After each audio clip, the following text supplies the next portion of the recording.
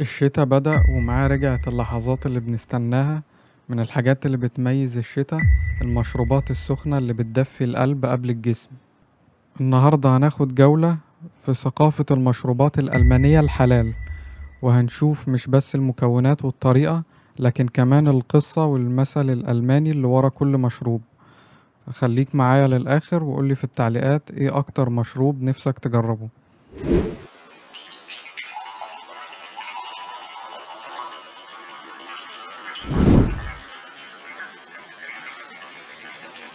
ما تنساش تحط لايك واشتراك وتقولي رأيك في التعليقات.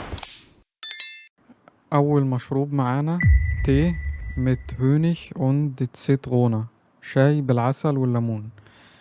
في عز الشتاء والبرد في ألمانيا أكتر مشروب طبيعي بيحسسك بالدفء هو الشاي بالعسل والليمون. المكونات: كيس شاي أسود أو ممكن أخضر لو بتحبه أخف، ونص ليمونة، ومعلقة عسل نحل طبيعي، وكوباية مية سخنة.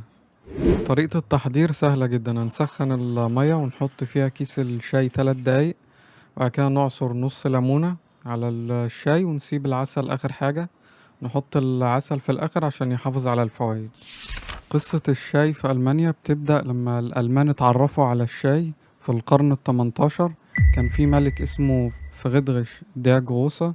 الملك فريدريش الكبير كان من عشاق الشاي وساهم في نشره بين الناس. لكن لما الأطباء الألمان لاحظوا إن الليمون والعسل بيساعدوا على علاج البرد، فبقوا يقدموه كعلاج منزلي هاوس ميتال.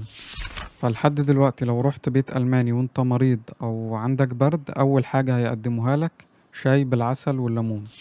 والألمان عندهم مثل بيقول Gesundheit ist das höchste Gut، يعني الصحة هي أعظم كنز.